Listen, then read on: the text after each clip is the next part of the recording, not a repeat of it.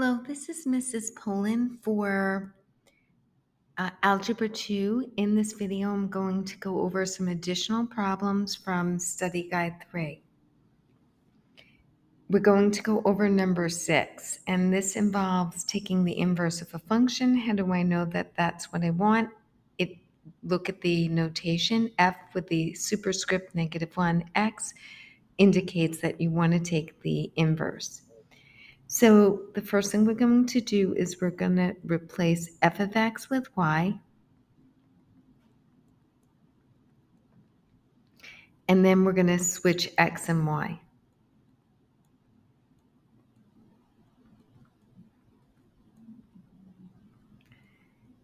And next, what you're going to do is you want to isolate y.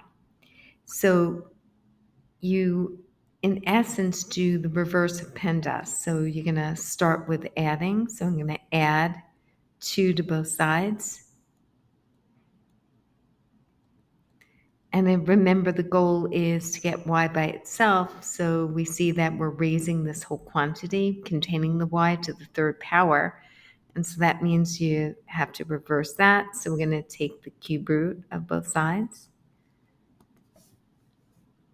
And so we get the cube root of x plus 2 is the cube root of a cube is just the radicand. So it's 2y plus 5. And again, we're going to reverse PEMDAS. We're going to subtract at this point. So we're going to take the cube root of x plus 2. And we're subtracting both 5 from both sides of the equation. And now we're almost done. We divide both sides of the equation by 2. And sometimes you can leave that as the expression, but a lot of times they separate out the radical piece from the non-radical piece. And oftentimes they'll want you to use function notation to represent your answer. And this is it.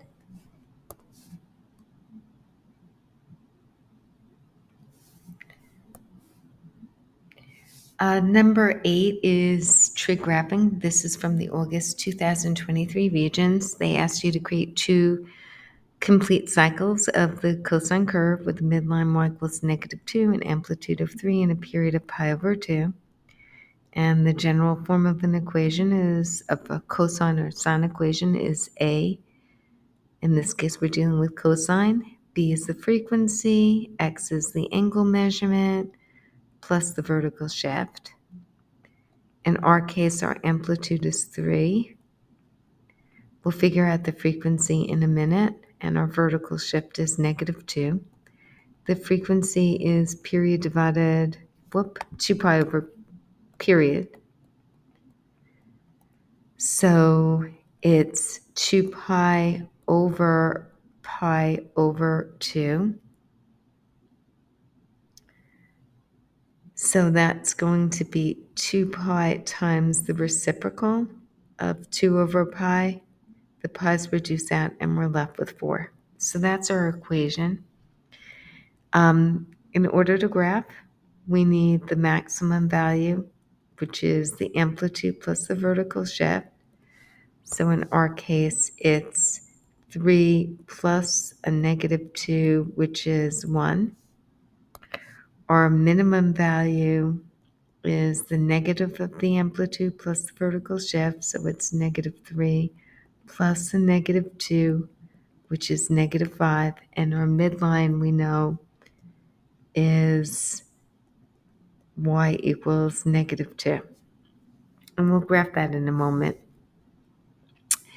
If there's no negative in front of the cosine, that means it's the normal pattern for cosine, which is starts at the max, then goes to the midline, goes to the minimum value, back to the midline, back to the maximum value. So in our case, it's 1, -2, -5, -2, +1, sorry. And to get the spacing, we already have the period is period divided by 4. So that's going to be pi over 2 divided by 4, or pi over 8. So we're spacing our scale on the x-axis is every pi over 8. On the y-axis, we have enough space to count each box as 1 unit, and it's really important to label. And our x-axis, we're going up every 2 boxes is worth pi over 8. So this is pi over 8, 2 pi over 8, 3 pi over 8. 4 pi over 8 is pi over 2. 5 pi over 8, 6 pi over 8, 7 pi over 8, and 8 pi over 8 is pi. Notice you don't have to graph every one.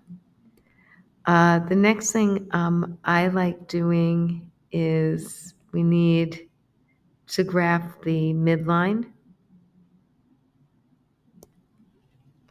And I think I'd like it slightly thicker.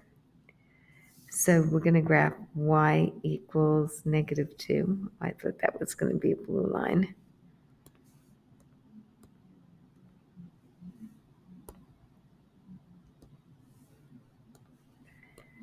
And now we're going to graph our points. So we're starting off at 1, -2, -5, -2, 1, -2, -5, -2, and 1. And then we're going to make a nice smooth curve. Uh-oh, I missed. Let's try this again.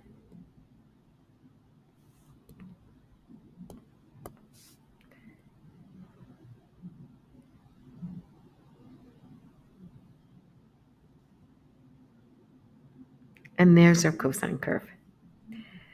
They ask 2 additional questions. When does this function increase? I'm going to highlight the regions where it's increasing.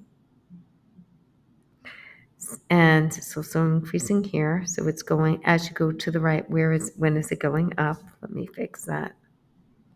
It's weird. I don't know why it's not highlighting properly. I apologize.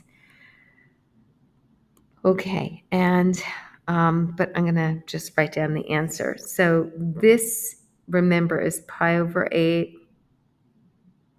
2 pi over 8, 3 pi over 8. So at pi over 8, 2 pi over 8 is pi over 4. So it's from pi over 4 to pi over 2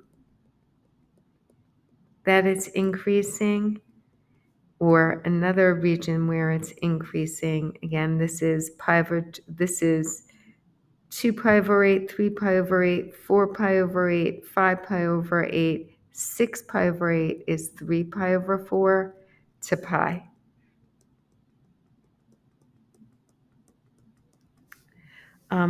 The part C is saying what is your y-intercept, and that's where the curve intersects with the y-axis, and that occurs at 0, 1.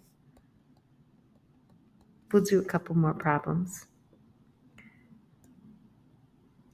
Number 10, construct, given a root, they want you to create an equation for the quadratic equation when given a root.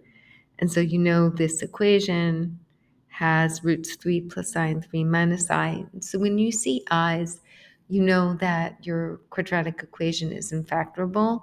You could use either the quadratic formula or completing the square technique on each choice, but that could take a long time, which isn't an issue for the regions, but it is in class. So I strongly encourage you to memorize this formula: x squared plus minus sum x plus product equals 0. This is also helpful for the SAT and ACT. Sum is the sum of the roots. Notice that you're reversing whatever the sum of the roots is, and the product is the product of the roots, and you're not reversing those. So that's 3 plus I plus 3 minus I, which is 3 plus 3 is 6. I minus I cancels, and the product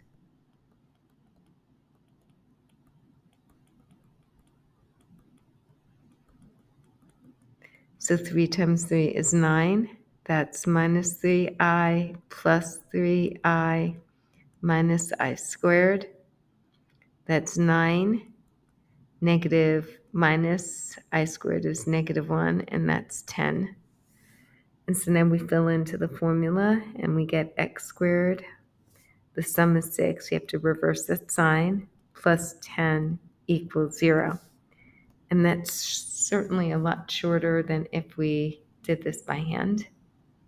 I mean, if we did the quadratic formula for each choice. And let's go on to example 12.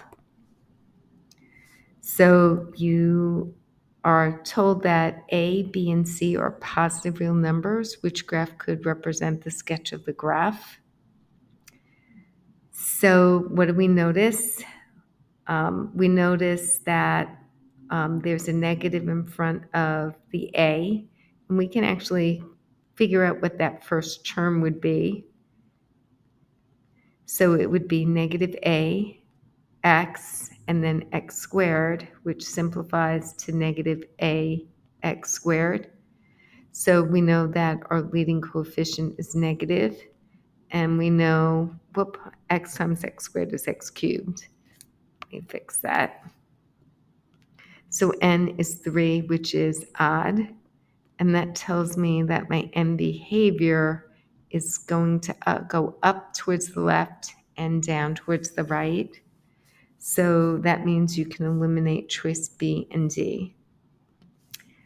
But now we have to figure out something a little more. We can figure out the x-intercepts. So x minus b equals 0, x is equal to b.